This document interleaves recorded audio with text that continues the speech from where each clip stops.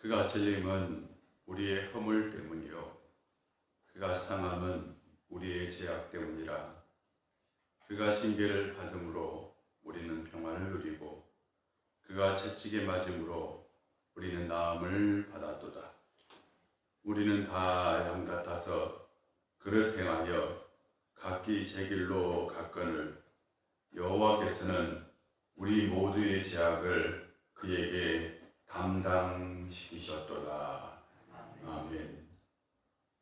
십자가 위에서 목마르다라고 말씀하신 주님, 주님께서 하나님의 뜻을 이루기 위해 죽기까지 버티셨던 그 모습을 다시 한번 묵상합니다.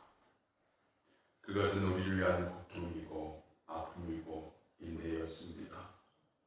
오늘 이 새벽에 주님의 그 십자가의 고난이 우리의 가슴 깊이 새겨지게 하여 주옵소서. 이 시간 주님께서 우리에게 주신 말씀을 통해서 늘 깨어있는 성도 되게 하여 주시고, 또한 주님의 그 고난이 우리의 삶을 이끌고 우리의 삶 가운데 충만한 역사가 있게 하여 주옵소서. 아버지 하나님, 이 세상 힘들고 어려운 가운데 있는 사람들 예수 그리스도 그 빛으로 회복되고 힘을 얻게 하여 주옵소서. 이 시간 우리 가운데 십자가의 고난을 지신 주님 빛으로 오시옵소서. 예수님의 이름으로 기원하옵나이다. 아멘. 사도신경으로 신앙 고백합니다. 나는 전능하신 아버지 하나님 천지의 창조주를 믿습니다. 나는 그의 유일하신 아들 우리 주 예수 그리스도를 믿습니다. 그는 성령으로 잉태되어 동정녀 마리아에게 선하시고 본디오 빌라도에게 고난을 받아 십자가에 못 박혀 죽으시고 장사된 지 사흘 만에 죽은 자 가운데서 다시 살아나셨으며 하늘에 오르시어 전능하신 아버지 하나님 우편에 앉아 계시다가 거기로부터 살아있는 자와 죽은 자를 심판하러 오십니다. 나는 성령을 믿으며 거룩한 공교회와 성도의 교제와 죄를 용서받는 것과 몸의 부활과 영생을 믿습니다. 아멘. 찬송가 150장입니다.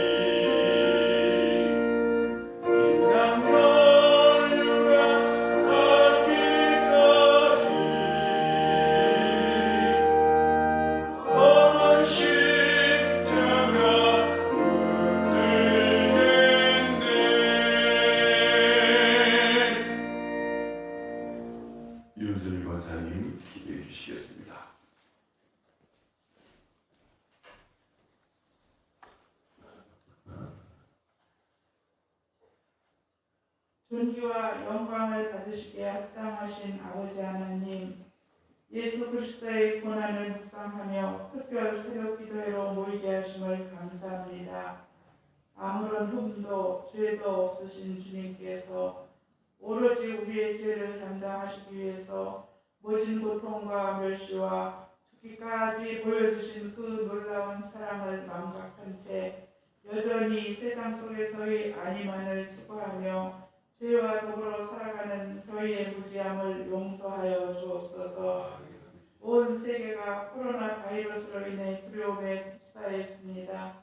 더 이상 확산되지 않고 속히 종결될 수 있도록 도와주시고, 이로 인해 가족을 잃은 자들을 위로해 주시고, 또한 경제적으로 어려움에 처한 많은 자들이 이 위기를 지혜롭게 극복할 수 있도록 회복의 은총을 허락해 주옵소서. 하나님, 이로 인해 우리 교회 안에도 여러모로 힘겨운 부분이 있을 줄 믿습니다. 속히 정상적으로 회복되고 든든하게 세워져 갈 수 있도록 은혜 내려 주옵소서.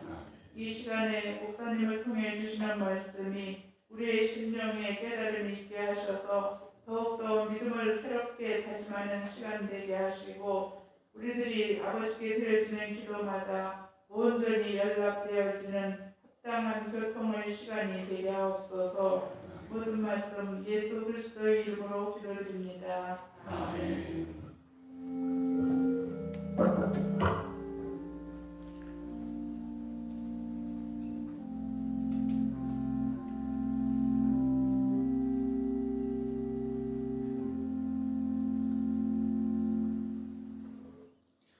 우리에게 주신 하나님의 말씀은 요한복음 19장 31절부터 37절입니다.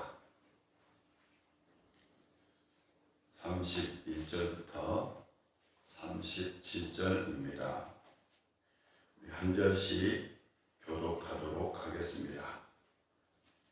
이날은 주일이라 유대인들은 그 안식일이 큰 날이므로 그 안식일에 시체를 십자가에 두지 아니하려 하여 빌라도에게 그들의 다리를 꺾어 시체를 치워달라 하니,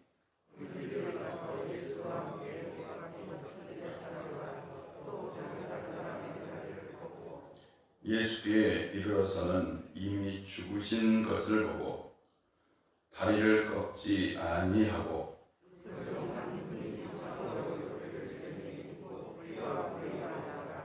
이를 본 자가 증언하였으니 그 증언이 참이라.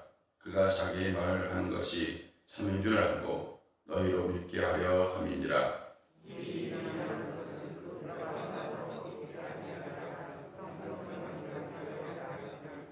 다 마치겠습니다. 또 다른 성경에 그들이 그 지린 자를 보리라 하였느니라. 아멘. 다섯째 날도 반갑습니다. 여러분 사랑하고 축복합니다. 하나님께서 여러분이 이 시간 드린 기도, 그것이 헛되지 않도록 반드시 응답해 주실 줄 믿습니다. 그 믿음을 가지고 오늘도 간절히 기도하는 성도님들 되시기를 바랍니다. 인간은 자기 자신을 사랑하는 존재입니다. 인간에게 최고의 사랑이 있다면 아마 자기애일 겁니다. 자기를 많이 사랑하죠. 사람 중에 자기 자신을 사랑하지 않는 사람은 없습니다. 누군가가 나 자신을 파괴하고 무너뜨리려고 할 때에 우리는 화내고 분노하는데요. 그건 바로 자기애 때문입니다. 그래서 사람에게는 자기 방어 본능이 있는 겁니다. 자기 방어 본능은 무의식적으로 화살이 날아오잖아요. 그것도 피하잖아요. 돈이 날아오는 것도 피하잖아요. 주먹이 날아오는 것도 피하잖아요. 이게 다 자기 방어 본능일 뿐만 아니라 주먹이 날아오면 주먹이 동시에 날아가죠. 이것도 자기 방어 본능입니다. 이 자기 방어 본능의 또 다른 모습은 자기애입니다. 이 자기애를 나르시시즘이라고 하는데요. 이게 그리스 신화에서 나오는 건데요. 이 나르키소스라는 사람이 호수에 비친 자기 얼굴을 보고요. 호수에 이렇게 보니까 자기 얼굴을 보고 너무나 잘생긴 거예요. 자기 얼굴이. 그래서 그 자기 얼굴을 보고 사랑에 빠졌다. 이게 바로 나르시시즘입니다. 사람은 본디 자기 자신을 사랑한대요. 여러분 자신도 다 자기 자신을 사랑합니다. 모든 사람에게는 자기애가 있습니다. 이 자기애 때문에요.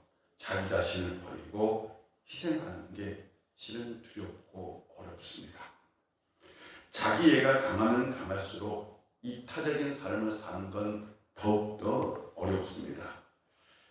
자기애가 강하면요, 실은 이 자기애는 상처를 주기도 하고 또요 아픔을 주기도 하고 나중에는 싸우기도 하고요 사람을 죽이기도 하는 게 실상은 자기애 때문입니다. 여러분 부부가 사랑하잖아요. 부부가 사랑하는데 싸우잖아요. 왜 싸울까요? 이것도 실은 그 안에 자기애, 자기 자신에 대한 애착 때문입니다. 그래서 모든 싸움, 모든 상처 그 뒤에는 다 자기애가 있습니다. 자기애가 나쁜 건 아니에요. 이 자기애를 통해서 우리 인간은 우리의 생명을 유지합니다. 자기애가 없으면 누가 우리 자기 자신을 생명을 아끼고 사랑하겠어요? 이 좋은 거예요. 나쁜 건 아닌데요. 그런데도 자기애가 잘못 사용되어질 때에는 그때는 그것이 분열을 만들고 다툼을 만들고 전쟁까지 만들기도 합니다. 자기애를 가지고 있는 우리 십자가에 달리신 그 주님을 바라보면서 우리의 신앙을 어떻게 만들어 나가야 할까요? 저는 성경을 보면서 가끔 예수님께서 베들레헴에서 태어났다라는 것이 무엇인가를 가끔 생각해 봅니다. 물론 예수님께서 베들레헴에서 태어났으니까 그냥 베들레헴에서 태어났다라고 얘기하겠죠. 그런데 마리아와 요셉은 베들레헴에 살던 사람들은 아니죠. 원래 이 갈릴리 나사렛에서 살았어요. 갈릴리 출신의 사람들이 마리아가 잉태하고 나서 출산할 때쯤에는 나사렛에서 베들레헴까지 한 4일 동안입니다. 만삭의 여인이 한 4일 동안 그 당 죽으면 버스라도 있죠. 차라도 있잖아요. 그 당시 도보로 걸어서 매일 동안 몇십 킬로를 걸어서 4일 동안 여행해서 베들레헴에 도착했어요. 그래서 베들레헴에서 도착해서 아이를 출산합니다. 그 아이가 바로 예수님이죠. 예수님은 베들레헴에서 태어났어요. 이게 무엇을 의미할까? 이게 어떤 의미를 가지고 있을까라는 거죠. 그 당시 베들레헴은 예루살렘과 가장 가까이 있는 지역입니다. 근데 그 당시 베들레헴은 어떤 지역이냐? 바로 양치기가 많은, 목자들이 많은 양을 치는 지역이었어요. 근데 이 양들은 대부분 다 어디에서 소모되었느냐? 예루살렘 성전에서 쓰는 제사에 소모되었어요. 예루살렘 성전에서 쓰는 제사에 소모되는, 그러니까 예루살렘 성전 앞에서 막 양 팔고 이렇게 예수님께서 막 채찍할 때 양들을 막 상 다 업고 이런 것들이 다 이 양들이 어디에서 왔느냐? 베들레헴에서 온 양들이에요. 베들레헴은 전문적으로 양을 키운 사람들이 많았어요. 그런데 바로 그 양치는 지역, 양을 키우는 지역에서 예수님께서 태어났다라고 얘기합니다. 나중에요, 예수님께서 공생애를 막 시작할 때에 예수님께서 요단강을 거닐고 있는 그 모습을 보고 세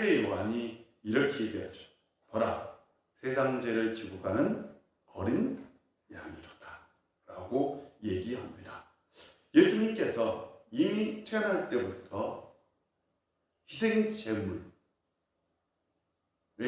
양으로 태어난 건 아닐까요? 이미 그 모습을 보여주고 있는 것은 아닐까요?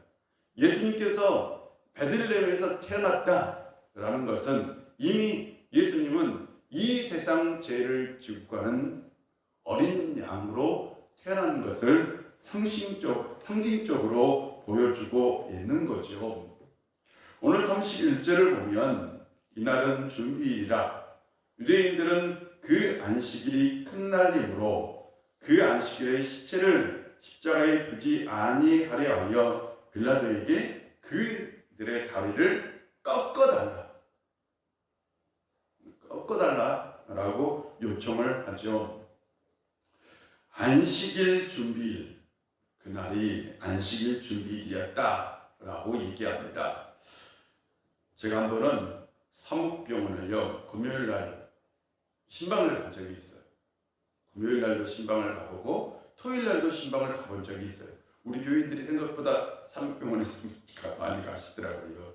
그래서 사묵병원에 금요일 날도 신방을 가보고 토요일 날도 신방을 가봤는데요. 금요일 날 오후에 신방을 가보니까 진료가 거의 끝났더라고요.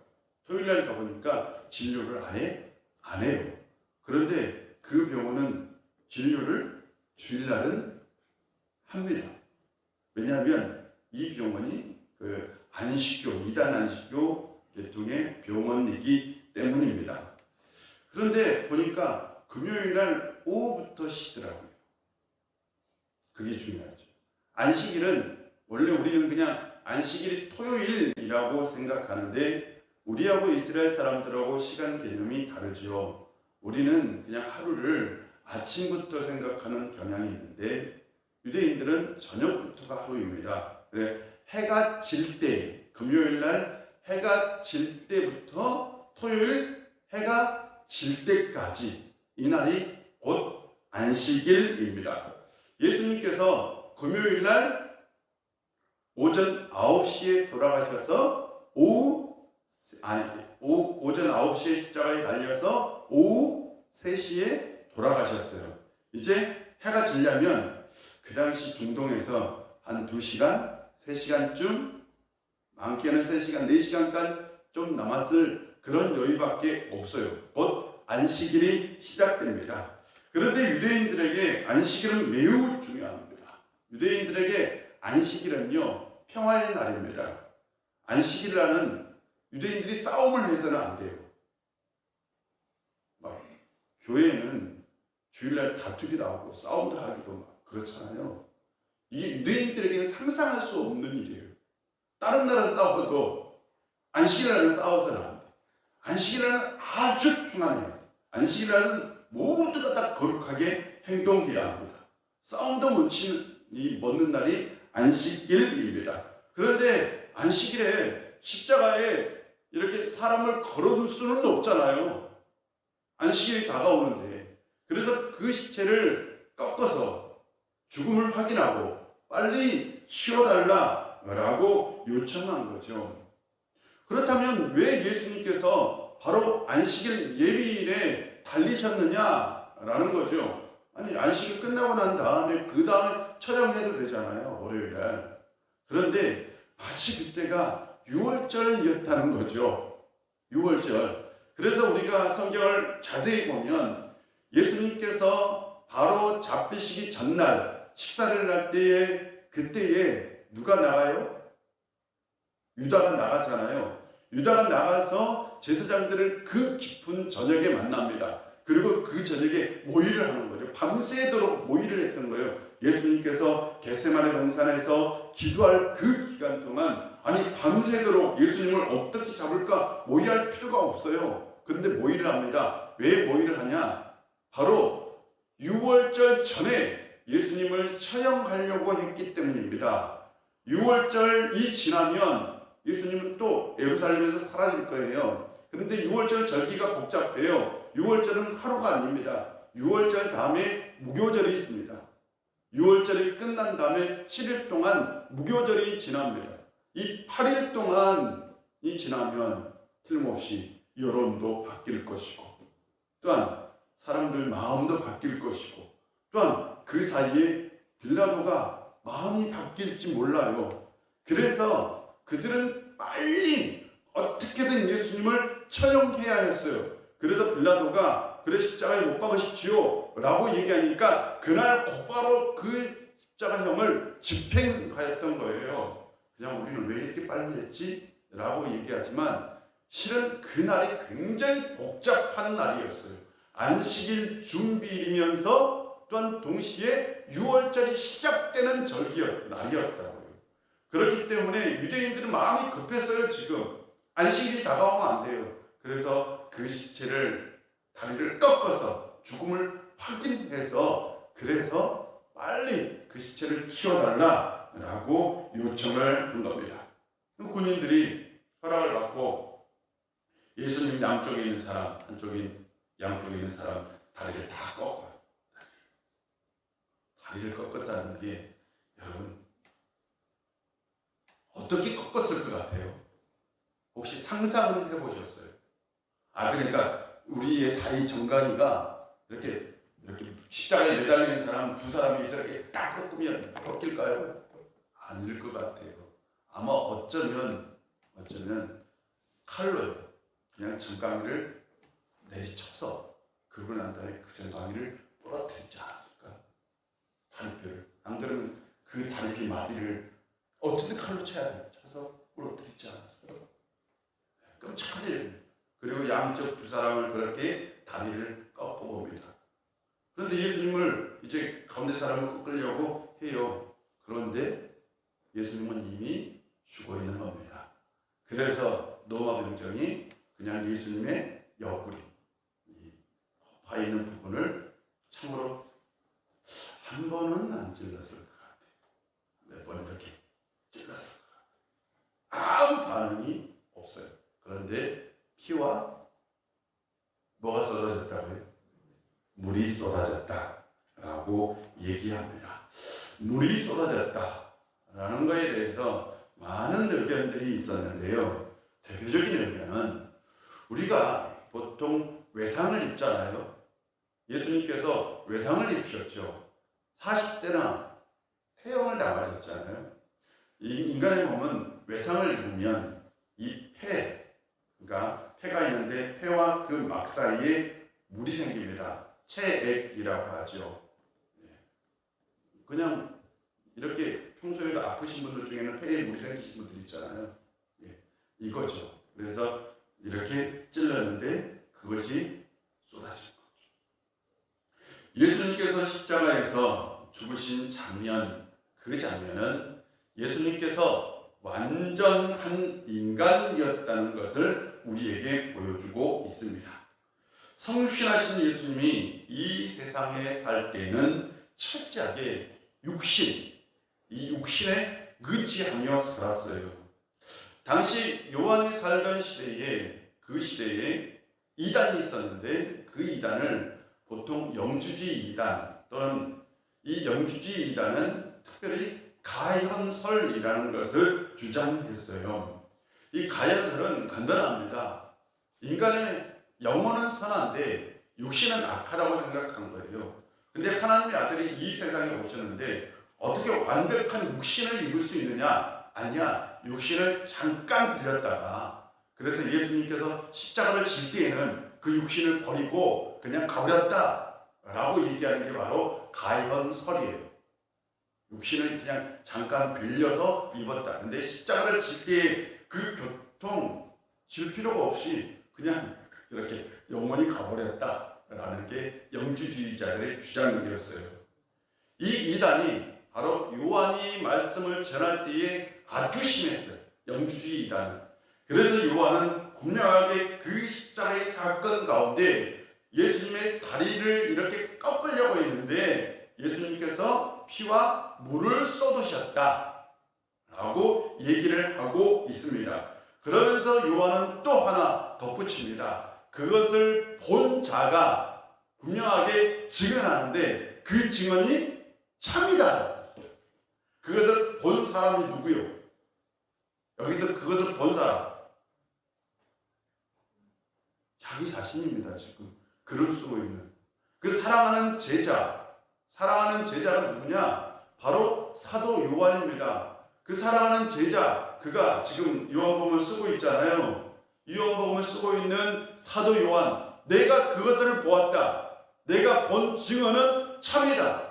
그분은 진짜 육신을 입으시고 이 세상에 오셨고 우리와 똑같은 육신을 가지셨고 그분이 십자가에서 바로 그 피와 물을 흘리셨다라고 얘기하는 거죠. 우리는 가끔 생각할 수 있어요. 예수님이 하나님의 아들이라고. 예수님이 하나님의 아들이면 십자가를 지는 건 우리가 껌을 씹는 것처럼 쉬운 것이야. 그게 껌 씹는 거지 라고 생각할 수 있어요.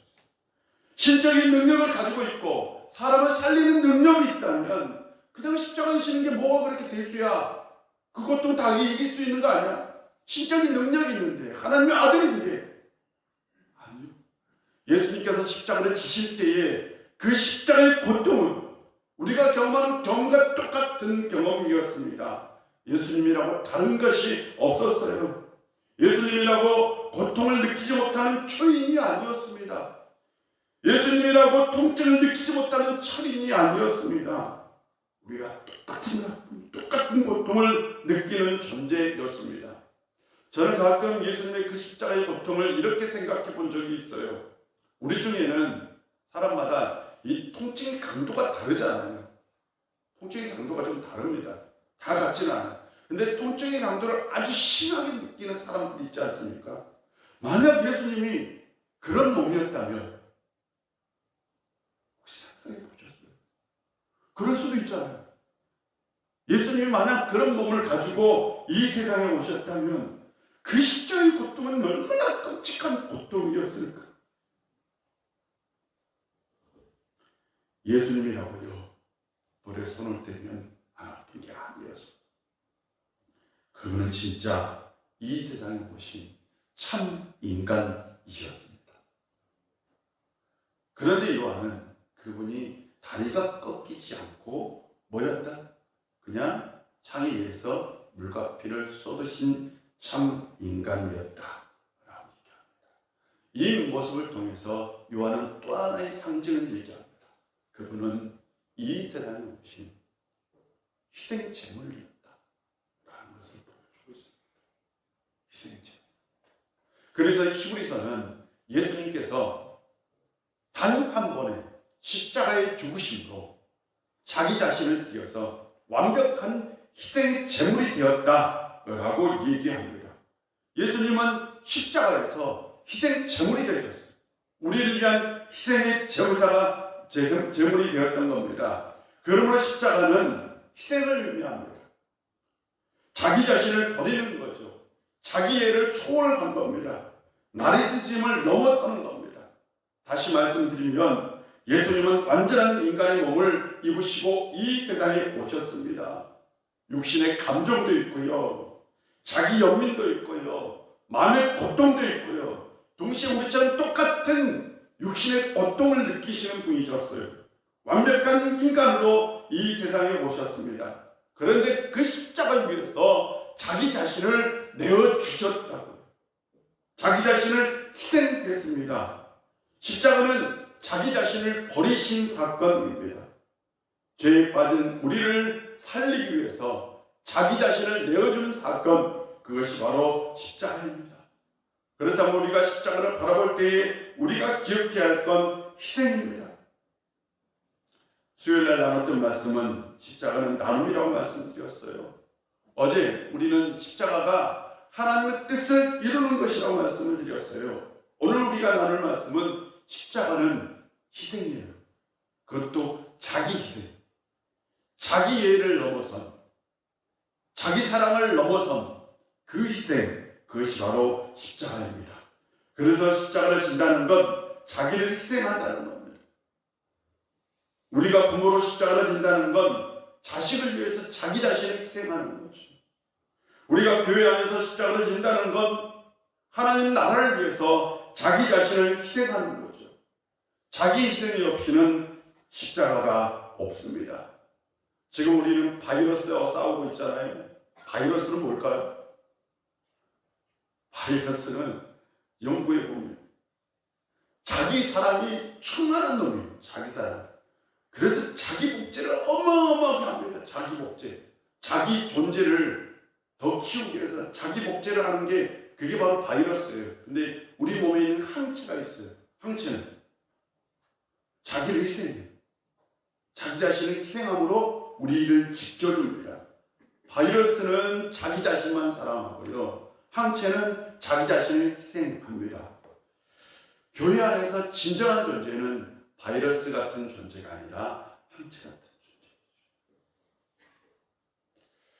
우리 성도님 중에는 최근에 목적 헌금을 한 분이 있어요. 그건 교회를 위한 자기 희생이죠. 새벽에 일찍 오신 권사님 두 분은 한 분은 체온을 재고 한 분은 손 소독제를 주고 있습니다. 공동체를 위한 자기 희생이죠. 우리 집사님 중에는 저기 의정부 멀리서 지금 새벽마다 오신 분이 있어요. 그것도 교회를 위한 자기 희생이죠. 여러분이 새벽잠을 깨우고 교회 안에서 교회를 위해서, 나라를 위해서, 그리고 가족을 위해서 기도합니다. 이것도 자기 희생이죠. 이 자기 희생이 곧 우리의 신앙을 만들고요, 교회를 만들고 하나님 나라를 만듭니다. 내 것을 움켜쥐고 내 것만을 추구한다면 그건 십자가를 지는 게 아닙니다. 내 자신을 희생하는 그 삶, 그것이 바로 십자가의 본질입니다. 여러분, 십자가를 지고 갑시다. 그때에 우리의 신앙이 건강해지고 교회가 건강해지고 이 나라가 건강해지고 또한 이 땅 가운데 하나님 나라가 세워질 줄로 믿습니다. 기도하겠습니다. 아버지 하나님, 오늘도 우리 가운데 함께 해주시고 은혜 주셔서 감사합니다. 예수님께서 십자가에서 물과 피를 흘리심으로 그것이 우리를 위한 자기 희생이라는 것을 알게 되었습니다. 아버지 하나님, 우리도 십자가에 달리신 주님을 바라보며 자기 희생할 줄 아는 삶을 살게 하여 주옵소서. 자기 애를 초월해서 자기 연면을 넘어서서 온전히 십자가를 지고 살아갈 수 있는 삶을 살게 하여 주시옵소서. 오늘도 우리 가운데 함께 해주시고 우리에게 십자가의 은총을 부어 주옵소서. 또한 이 나라와 이 민족을 지켜주시고 더욱더 건강하고 또한 이 바이러스를 이겨낼 수 있는 저희로 되게 하여 주옵소서. 예수님의 이름으로 기도합니다. 아멘. 하늘에 계신 우리 아버지, 아버지의 이름을 거룩하게 하시며 아버지의 나라가 오게 하시며 아버지의 뜻이 하늘에서 같이 땅에서도 이루어지게 하소서. 오늘 우리에게 일용할 양식을 주시고 우리가 우리에게 잘못한 사람을 용서해 준 것 같이 우리 죄를 용서해 주시고 우리를 시험에 빠지지 않게 하시고 악에서 구하소서. 나라와 권능과 영광이 영원히 아버지의 것입니다.